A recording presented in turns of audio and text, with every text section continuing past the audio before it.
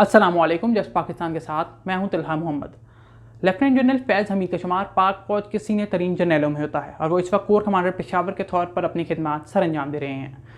गुज़िश्ता दिनों पाकिस्तान के साबिक सदर आसिफ अली जरदारी ने कहा कि हमने फैज़ हमीद को खुद लाइन लगा दिया। इस बयान के बाद पाक फौज के तर्जुमान ने भी इस बयान पर शदीद तशवीश का इजहार किया। लेफ्टिनेंट जनरल फैज़ हमीद का नाम पहली बार 2017 में मंजर आम पर आया था, जब तहरीक लब्बैक पाकिस्तान के अमीर मौलाना खादिम हुसैन रिजवी ने फैज़ाबाद के मकाम पर धरना दिया था।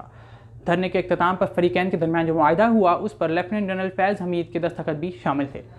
पाकिस्तान मुस्लिम लीग नून की सीनियर क़यादत खसूसन साबिक़ वज़ीर-ए-आज़म नवाज शरीफ और मरीम नवाज़ ने उनको हमेशा तनकीद का निशाना बनाया। वो नाम ले लेकर फैज़ हमीद पर तनकीद करते रहे हैं, लेकिन वो कोई भी सबूत फराहम करने में नाकाम रहते हैं। लेफ्टिनेंट जनरल फैज़ हमीद गुज़िश्ता दिनों काबुल के दौरे पर थे, जहां उन्होंने तहरीक तालिबान पाकिस्तान TTP के साथ अहम मुज़ाकरात किए और उन मुज़ाकरात में उनको कामयाबी ये मिली कि पाकिस्तान और TTP के दरमियान 1 माह तक जंग बंदी का मुआहिदा हो चुका है।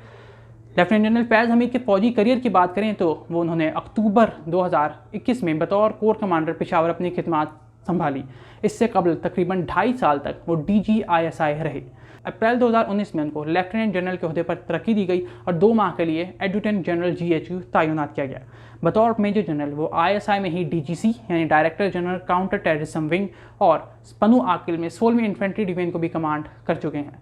वाज़ेह रहे कि 2014 में जब साबिक़ वज़ीर-ए-आज़म इमरान खान ने रावलपिंडी और इस्लामाबाद में धरना दिया हुआ था, तो उस वक्त के corps commander Rawalpindi lieutenant general Qamar Javed Bajwa थे और रावलपिंडी कोर के chief of staff brigadier Faiz Hameed थे। वाज़ेह रहे कि लेफ्टिनेंट जनरल फैज़ हमीद ने 2 अप्रैल 2023 में फ़ौज से रिटायर होना है और नवंबर 2022 में जब जनरल बाजवा की रिटायरमेंट होगी तो उस वक्त वो सीनियर तरीन जनरलों में होंगे और अगले आर्मी चीफ बनने के लिए भी उनका नाम सीनियरिटी की लिस्ट में शामिल होगा।